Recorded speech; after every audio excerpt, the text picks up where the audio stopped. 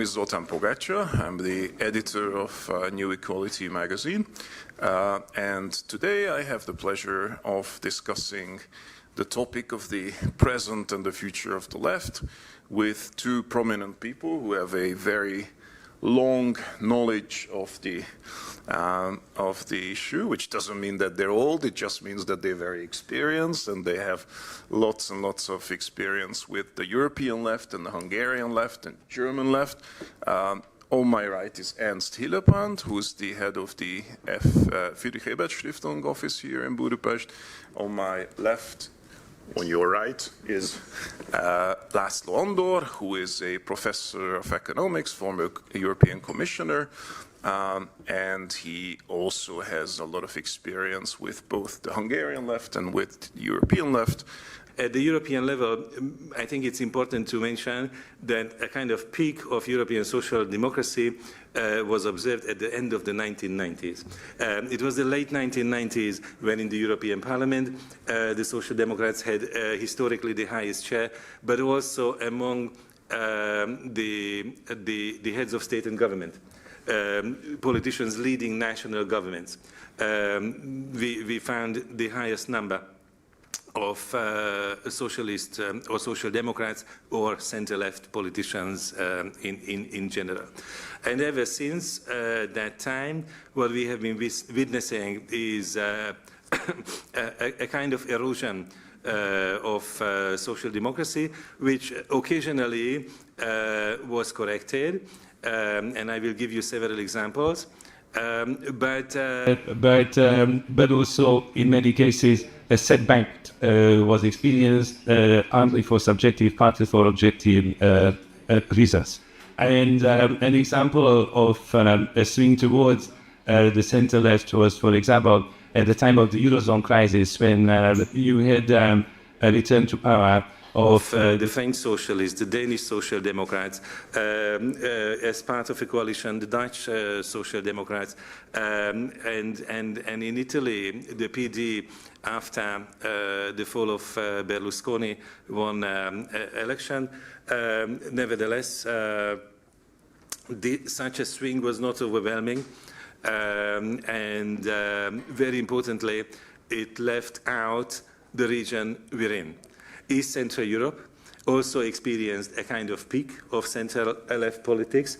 And that was interestingly at the time of the accession to the European Union. When Hungary joined the European Union, a number of governments in this region, including Poland, including Czechia, if I'm not mistaken, even Slovenia and Lithuania, were led by social democratic politicians. And again, from that peak period, what we have experienced in all these countries, without an exception, a downward slope, a kind of erosion of support. So when we discuss the Hungarian situation, I'm all in favor of looking into the specific Hungarian details, what could have been done better, why exactly, and because of whom, finding the responsible person is always very important. Why exactly, the erosion in Hungary, together with a few other countries, turned out to be much more severe than in much of Western Europe, where social democracy, despite the erosion, have been stabilized. But it's very important also to put the Hungarian developments into a regional context. Why is it the case that after a period of euphoria and great expectations that socialists and social democrats would deliver a lot to the societies of this region, there was a period of disappointment.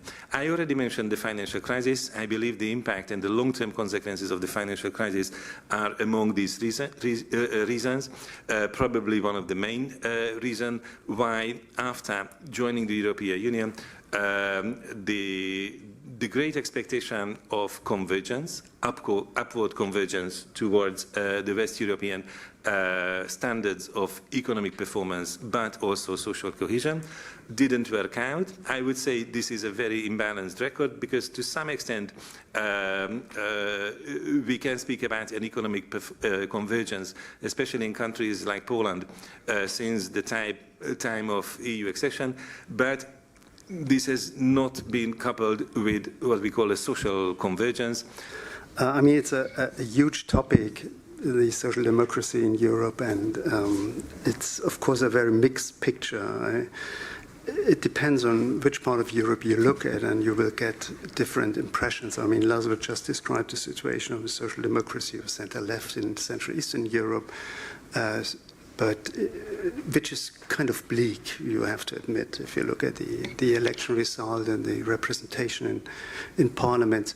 Elsewhere in Europe, the picture is not so bleak, I would say. I mean, I would say that in Scandinavia, Social Democrats are doing quite well. I mean, they are leading parties in most of the country. They win elections, and they are still quite representative for the old social democratic class alliance between middle classes and working class people.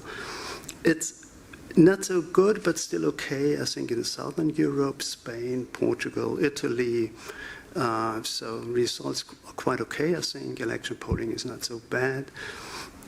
It's a bit more dark when it comes to traditional Western Europe, France, Netherlands, Belgium, especially Germany, Austria. I think here the crisis is manifest. You can see it, and there are a lot of open questions for the movement. And of course, then in Central Eastern Europe, it's a specifically difficult situation. So, but it depends where you look at. And but why is it like this? Now, my approach is a different one than Laszlo's. I see essentially you can look at it at two levels. One is structural, and the other one is kind of short-term, actual current challenges for political movements. Now, I'm a great fan of the structural analysis, and this structural analysis basically has been formulated in the mid-2000s by a group of political scientists, various political scientists, and the basic assumption is the following one. Capitalism has evolved. We had a post-Second World War capitalist order which was based on strong nation states in which we were capable to organize some kind of class compromise between capital and labor through the redistributive welfare state system that we established in Western Europe during the 1950s, 60s, and 70s. Now, capitalism grew out of nation states, and we entered the phase of globalization. And globalization is another type of capitalism than the nation-state-based capitalism. And the basic structural conflicts that existed between the old-style capitalism within the nation-state, the distributional conflict between capital and labor that could be mitigated through welfare state systems, changed its character. The new basic cleavage in this globalized world is between those people who are in favor of globalization and those who still stick to the nation states as a kind of framework for organizing the economy, social systems, and the political systems. So we have the globalists, the cosmopolitans, and we have the nationalist, nation-state apologists, and the communitarisms of this world. I mean, this British publicist, David Goodhart, he framed this much more tangible expression of the anywheres, which can be successful anywhere because they have the capital, the education, the cultural skills to be successful anywhere in the world. And in some words, some worse. People living in a specific place, depending on concrete social networks, depending on locally useful skills, and etc. And they are not in favor of globalization because they lose out, and you can see it clearly in distribution of wealth and income since the 1980s.